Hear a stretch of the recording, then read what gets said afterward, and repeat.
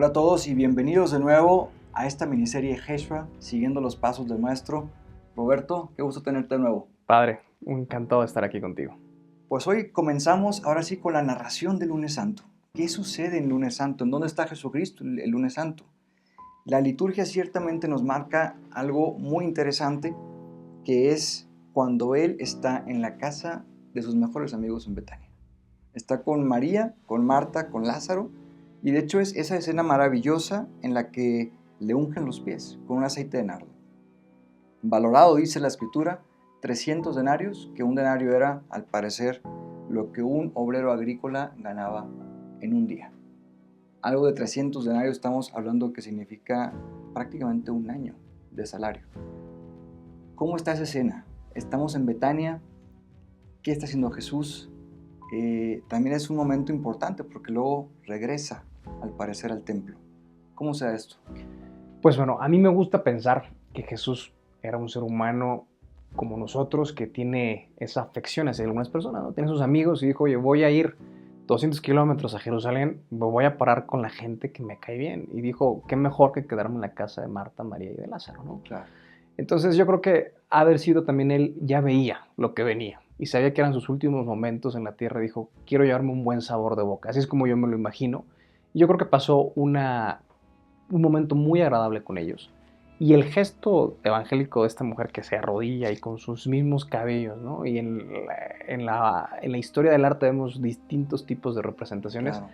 Pues es la humildad, ¿no? De que ella reconoce que Jesús es el Mesías, ¿no? Y se arrodilla y le lava los pies, se los unge con estos y con sus mismos cabellos les va poniendo este ungüento, ¿no? Que Judas le dice, es que con ese dinero pudiéramos darle de comer a mucha gente. Era como un despilfarro, es como si dices, oye, ¿por qué compraste esto para desperdiciarlo? Ahora bien, interesante porque usan nardo. ¿El nardo es algo que se da por allá? Sí, es una de las, digamos, fragancias más típicas del Medio Oriente, nardo, mirra. Son distintos tipos de elementos que se dan en esa región y eran como recuerdos, perfumes valiosos dentro de la misma cultura, ¿no? Entonces era también como un símbolo de decir, te estoy ungiendo porque yo veo en ti algo que está por encima de mí, ¿no? Era Claro. Ahora, a pesar de que se da en la región, pues tiene un valor alto. Sí. Que eso es justamente toda la simbología, ¿no? De estar ungiendo los pies con una mayor cantidad de lo que yo podría ganar incluso en un año, como una especie de símbolo de decir, aquí está mi correspondencia a lo que tú vas a hacer por mí, ¿no? Sabemos que evidentemente la muerte de Cristo es totalmente de otro nivel y ella ni siquiera sabía de eso. Eso sí lo sabía Jesucristo, pero no ellos. Ahora bien, el día anterior, domingo, estaba en el templo, estuvo ahí en la purificación, que ya nos hablaste de eso. Regresa esa noche a Betania, pasando por Betfagé seguramente. Descansa, está con ellos, con esta familia que tanto quería. Y después va de nuevo a Jerusalén, Lucas. Sí. O sea, sí se da este evento de la unción, pero también va de nuevo a Jerusalén, pasando por el lugar de los higos. Sí, y ahí es donde maldice a la higuera, ¿no? Y también es como una especie de, si tú no das fruto en tu vida, si tú no haces, no cumples con tu misión, con tu vocación, con lo que tú estás llamado a hacer, también, o sea, es como una maldición, o sea, si tú naciste para algo, compártelo, ¿no? Claro. Hazlo presente, hazlo vivo. Es un poco el simbolismo de esa higuera, que era un lugar que te daba sombra, que te daba un fruto fresco, que te refrescaba en el camino. Piensa que las temperaturas en Jerusalén suelen ser muy elevadas. En el mes de marzo no tanto, porque está acabando la temporada de lluvias y está entrando la primavera y suele ser un clima Ok. muy agradable. Pero por lo general, el resto de los meses, prácticamente desde mayo hasta noviembre, no hay una sola gota de agua. Muy árido. Es muy árido y es un clima muy seco, muy fuerte y caminar, por ejemplo, son colinas, subidas y bajadas. Entonces, por ejemplo, un día normal de una peregrinación en Jerusalén, si vas a caminar, por ejemplo, entre las 12 y las 4 de la tarde, sudas de Muchísimo. muchísimo, porque son subidas y bajadas y la gente tienes que hidratarte, tienes que hacer paradas, Ok. porque si hoy en día, con todo lo que tenemos de avances tecnológicos, puedes tomar una botella de agua, antes tienes que llevarte tu cántaro, o sea, Claro. era otra mentalidad de emprender un viaje a lo que estamos acostumbrados hoy en día. De hecho, en varias peregrinaciones yo veo también a sacerdotes que no usan negro por la cantidad de calor, ¿no? Y más bien traen blanco, por ejemplo, ¿no? Que es más fresco. Sí. Pero bueno, Jesucristo entonces maldice la higuera ahí en Betfagé, que sabemos que se seca, y también es una acción profética. Hay que entender lo que hace Jesucristo no solamente como algo malvado que le hace a su misma creación o naturaleza, sino de fondo está esto, el elemento de decir, estabas destinado a dar fruto y no lo diste. Después de ese momento, entra, y quizás de nuevo por la puerta de la misericordia, ¿no? Por el arco dorado, entra a Jerusalén, la ciudad de la paz, se dirige al templo y se encuentra con los mercaderes. Y tenemos ahora sí una escena interesantísima, porque está él y al parecer pierde el control. De hecho, muchas veces es lo que se piensa. Jesús entra en ira y empieza a sacar a todos del templo armando un látigo con varios mecates o hilos que se encontró por ahí y les dice, no profanen la casa de mi padre. Quizás nos sirva entender a este propósito cómo está configurado un templo. O sea, qué es lo que Jesús se encuentra cuando llega, porque sé que tiene varias partes, ¿no? Está el atrio y está, pues más adelante tiene como otros salones, etcétera, incluso unas columnas. Pero ¿en dónde se colocaban los mercaderes? ¿De dónde venían? ¿Cómo qué productos ofrecían? Todo eso nos podría ayudar. Claro, ahora vamos a poner también unas imágenes que nos van a ayudar un poco a visualizar mejor lo que es el templo y verlo como era en tiempos de Jesús, porque obviamente el templo de Jerusalén ha tenido distintas épocas, ¿no? El templo de Salomón, que fue destruido, luego el templo de Zorobabel y luego llegamos al templo renovado por Herodes, que lo quiso embellecer y que prácticamente en tiempos de Jesús lo estaban acabando y que 30 años después los romanos destruyen, ¿no? En el año 70. Entonces es un momento muy fuerte porque yo creo que como era una fiesta tan importante y venían tantos judíos de tantas partes al templo, porque era como que, más o menos comparándolo aquí en México, ¿no? Con la fiesta de la Virgen de Guadalupe, que vienen peregrinaciones, o la Virgen de San Juan de los Lagos, que cuando es la fiesta de la patrona, llega una cantidad de gente impresionante que es un gentío. Por ejemplo, en la actualidad, antes de la pandemia, cuando llegaban las fiestas musulmanas, por ejemplo, el Ramadán, que es una de las más importantes, o la Semana Santa judía, cristiana o ortodoxa, o el Pesaj judío, la cantidad de gente que hay en la ciudad vieja es caótica. Por ejemplo, en Ramadán, si tú vas a la hora de los rezos, son ríos de gente. Literal, a mí me ha tocado estar parado en la mitad de la calle sin poder moverme, porque están pasando los musulmanes que van o saliendo o entrando a la mezquita, a la explanada de la roca.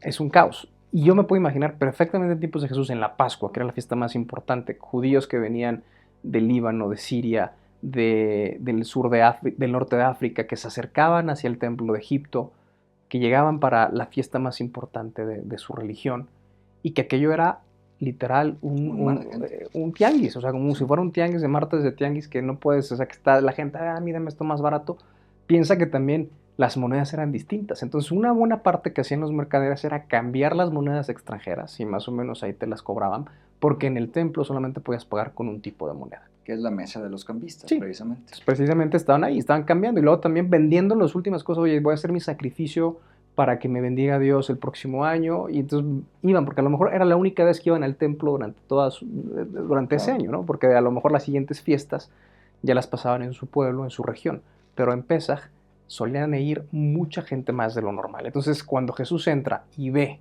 que a lo mejor, tanto en los decumanos romanos, que eran las calles principales, generalmente había como columnas, y ahí había mucha gente que estaba fuera del templo. Pero también llegando al templo, entre las columnas mismas del templo, estamos el atrio de las mujeres, que ahí puede entrar todo el mundo, mujeres, y luego el atrio de los gentiles, que también ahí pueden entrar paganos, y luego está el atrio de los judíos o de los israelitas, donde ahí ya no podían entrar. Entonces yo me imagino que en toda esa zona estaban los mercaderes vendiendo, cambiando, la gente que venía de Egipto, pues cambiaba sus especies con el otro, y esta planta qué es, esta semilla qué es, yo no la conozco, mira, con eso te preparas un té buenísimo, a ver, a mí véndeme esto. Es más o menos así. Y entonces yo me imagino que Jesús, cuando entra y ve todo eso, se desespera porque dice, dale respeto al lugar en el que estás. Si quieres vender, ve y vende fuera de la calle, pero no hagas proselitismo, no hagas aquí actividad comercial en el lugar más sagrado para nuestra fe. Claro. Por desgracia, también hoy en día, por ejemplo, el Santo Sepulcro, que es uno de los lugares más santos y más emblemáticos, la iglesia más importante de nuestra fe, porque ahí resucitó Cristo, a mí a veces me daba pena entrar a ese templo por la cantidad de cuchicheos, de gente que no sabe qué es lo que está pasando. Y a veces decías, es que es el lugar más sagrado y la gente no respeta. ¿no? O sea, no está el guía explicando, estás preguntando, quieres conocer. Como algo semejante quizás a lo que en ese momento Jesucristo Claro. experimentó, ¿no? Ahora es importante aquí subrayar, yo creo también, Roberto, o sea, si Jesucristo se enoja, no es precisamente porque a Él le esté molestando aquello, es porque ama tanto al Padre que dice, no es posible que le estén haciendo esto a su casa, ¿no? A su hogar. O sea, la acción de Jesús, aunque sea una acción de ira propiamente, en la que parece, entre comillas, que ha perdido el control, es una respuesta de amor al Padre, ¿no? En donde quiere darle lo que se merece. Y quizás, pues sí, no se merece ese tipo de cosas, o un mercado con cambistas y con palomas y con ruido en un lugar que en sí es sagrado. De hecho, parte de la liturgia de hoy, además de recordarnos el evento en Betania, nos recuerda también el primer canto del siervo del Señor, del profeta Isaías. Ayer domingo fue el tercer canto. Ahora se regresa al primero y dice, capítulo 42, mira a mi siervo a quien sostengo, mi elegido en quien se complace mi alma. O sea, está hablando realmente de Jesucristo que está ahí. Está complacido el Padre en él. Y sabe que en él ha puesto todo. He puesto mi espíritu sobre él. Llevará el derecho a las naciones. Claro, cuando Jesucristo entra ahí es con la autoridad misma que el Padre le ha dado.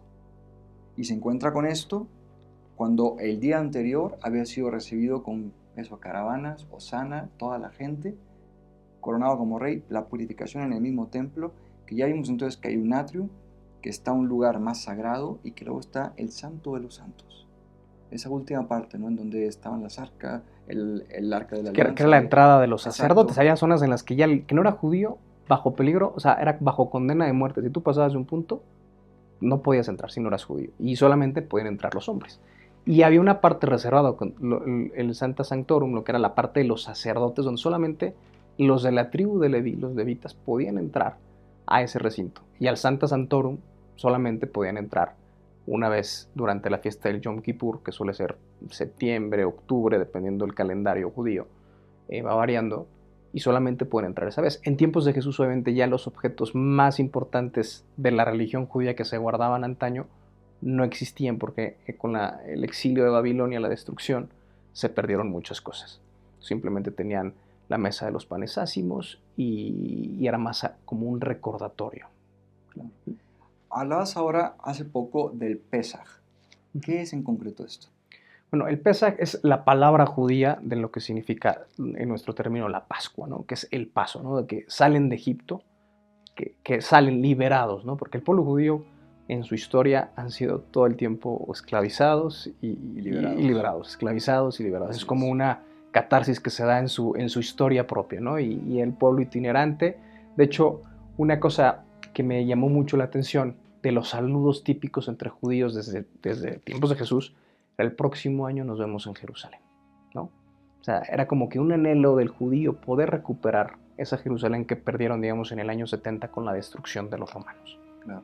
Entonces, un saludo típico era eso, ¿no? Era el anhelo de poder estar. Y en el Pesaj recuerdan cómo fueron liberados por Dios de la esclavitud del pueblo egipcio cuando se abre el mar y pasan por en medio de ello. Y por eso todo el tema de la comida misma, del ritual que se hace ese día, es un recordatorio de que se come, por ejemplo, panes sin levadura. ¿Por qué? Porque era una cosa que tenías que comer rápido, no tenías tiempo de prender el horno, o sea, prender el horno de leña. Recordando a cuando escaparon de los egipcios. Sí, que tenían que salir rapidísimo, porque si no, pues iba a llegar el faraón, se iba a arrepentir y los iba a matar, que fue lo que pasó. El faraón dice, no, ¿cómo voy a poner a todos mis esclavos? Así es. Y sale tras ellos, ¿no? Entonces, ya después, cuando se acerque más la plática sobre la preparación de la Pascua, podemos hablar sobre, digamos, el orden de una cena de Pascua judía, de un Pesaj, porque tiene muchos elementos que también están metidos inclusive en nuestra propia liturgia cristiana. Claro, ¿no? Y creo que es interesante porque Jesucristo mismo lo vivió, él siendo judío, Sí. ¿no? Aprender de lo que es esa cena, ¿no? El Seder tan importante para ellos, que incluso el Jueves Santo, esa última cena, sigue muchos pasos de esos, ¿no? Donde están las copas, donde están los panes, donde están las hierbas amargas, el agua con sal, en fin, tiene muchos elementos que estaremos también pronto profundizando ese día el día previo, miércoles, que es cuando Jesucristo manda a preparar la cena, pues estos elementos también saldrán, ¿no? Y es conocer más a fondo lo que Jesucristo vivió como hombre, porque él también comía, o sea, él también decía, este pan me gusta, quizás, o aquel está medio pasado de tueste, ¿no? O quizás, no sé, el aceite de oliva está mejor hecho este que el otro, qué sé yo. Creo que todos estos elementos nos ayudan a conocer y a tocar más a fondo el corazón de Jesús como verdadero hombre, que es verdadero Dios. Tenemos también en la liturgia de este día el Salmo 26. Es un salmo que conmueve el corazón tremendo porque es la súplica de quien se sabe inocente ante el Señor. Es realmente maravilloso contemplar a Jesucristo entrando en el templo, celoso por el amor de su Padre, que a veces podemos decir, no se sintió culpable ante tal movimiento de ira. Sin embargo, el Salmo lo que canta, lo que recita es alguien que se sabe inocente ante el Señor. Aunque los demás lo culpen, aunque los demás lo juzguen, Él lo hace por amor. De ahí que comienza el Salmo, hazme justicia, Señor, pues camino con integridad y confío en el Señor sin vacilar. Jesucristo que viene de Betania, que maldice la higuera, que va al templo y saca a todos, como que tiene dos actos proféticos ahí que ya dicen bastante. Hay que saber dar fruto unidos a la vid, y nos lo recuerda bastante en Juan 15. Después de que está en el templo, de que voltea las mesas, pues quizás el mismo templo se fue ordenando, ¿no? También está ese encuentro que tiene después con los judíos, en donde les dice, si ustedes tiran este templo, yo en 3 días lo voy a reconstruir. Que no lo entienden. Claro. ¿Por qué no lo entienden? ¿Cuántos años tardaron los judíos en levantar ese templo? Digo, eso es un tema, o sea, el templo de Jerusalén, como te mencionaba antes, en tiempos de Salomón fue el más majestuoso, el más grandioso, y fue destruido.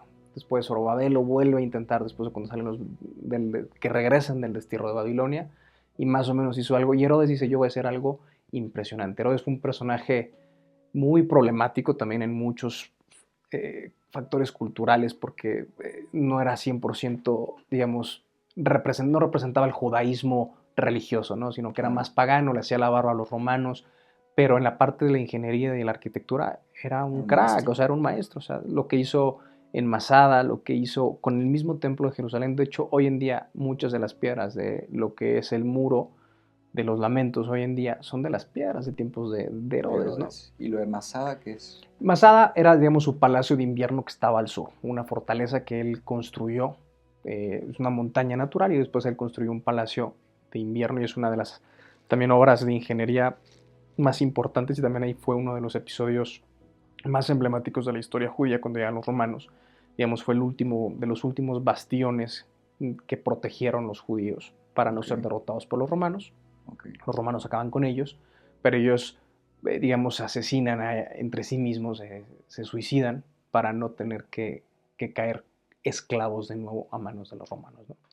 Pero bueno, eso en cuanto a ingeniería, inclusive su misma tumba, el Herodium, que está cerca de Belén, de hecho hoy en día se ve y parece una montaña. Él mandó construir una montaña para hacer su tumba, sí. O sea, hacer un mausoleo y que la gente lo viera. De hecho, él escribió que el día que él muriera, una cantidad, centenares de esclavos fueran ejecutados en el hipódromo de Jericó para que alguien llorara su muerte. O sea, era un tipo que estaba un poco loco, pero en la parte de la arquitectura y la ingeniería hizo cosas maravillosas, y una de ellas fue el mismo templo. Entonces yo decía, lleva este cuate construyendo el templo 30 años, remodelándolo, haciéndolo más bello, y tú dices que lo vas a construir en 3 días, tú estás loco. Y eso fue uno de los motivos más importantes por los cuales los sumos sacerdotes, los escribas, los fariseos, acusan a Jesús de eso, y lo ven como una blasfemia. Claro. ¿No? Porque sí, eso será parte de lo que quieren justamente acusar para matarlo, ¿no? Para que Herodes dicte una condena, que ya veremos cómo Herodes incluso lo encuentra inocente. Y si yo no encuentro culpa en este hombre.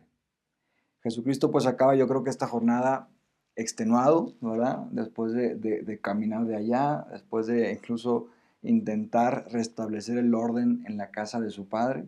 Yo creo que decepcionado también de ver cómo con la religión se hizo un negocio, ¿no? Por decirlo así, de que los cambistas, inclusive hasta los mismos, que yo me imagino que la derrama económica en la ciudad en esa semana era bárbara para los locales, ¿no? Porque venía gente de tantos lugares y había tanto comercio, tanto trueque de mercancías, de objetos, de todo, que inclusive hasta con lo más sagrado se convertía en un mercado. Yo creo que Jesús dijo, ¿a dónde está llegando mi pueblo? Así es. De hecho, creo que es el Evangelio de San Lucas en donde, sobre todo ahí, en donde dice que se queda mirando de lejos a Jerusalén. Y dice, si hubieran entendido quién estaba entre ustedes. Como un poco profetizando la destrucción del año 70, ¿no? Y llora por Jerusalén. O sea, Jesucristo siente el dolor de su pueblo. Siente cómo los corazones se alejan de Dios. Intenta restablecer no solamente el orden en el templo mismo, quitando a los cambistas y a los mercaderes, sino queriendo transformar los corazones.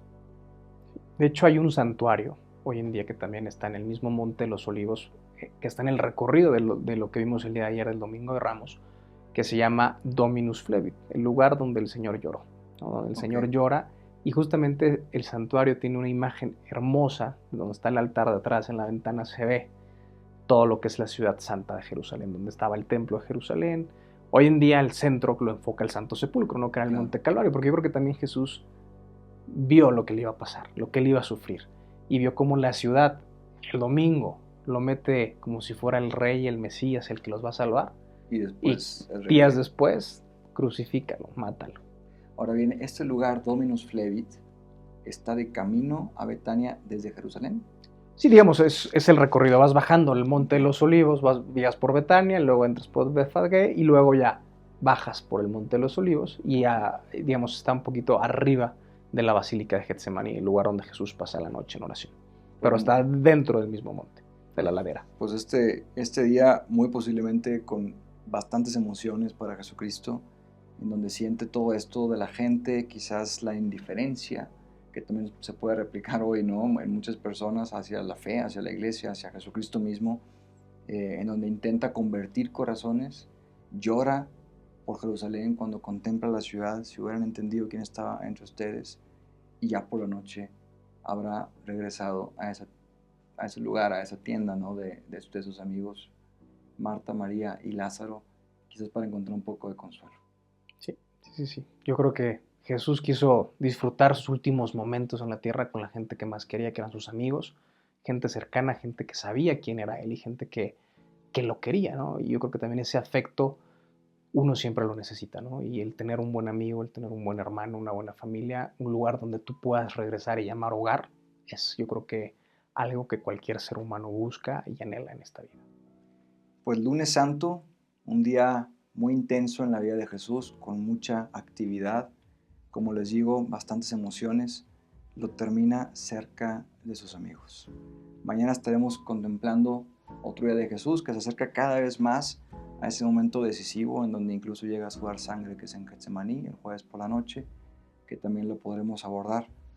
Yo los invito mucho a acompañar a Jesucristo estos días, contemplando su vida, su recorrido, ayudado sea por estos videos, por estas imágenes, pero también por las mismas lecturas que nos ofrece la liturgia. Nos ayudan a profundizar mucho en el corazón de quien ha dado la vida por nosotros. Roberto, gracias. Padre, gracias a usted.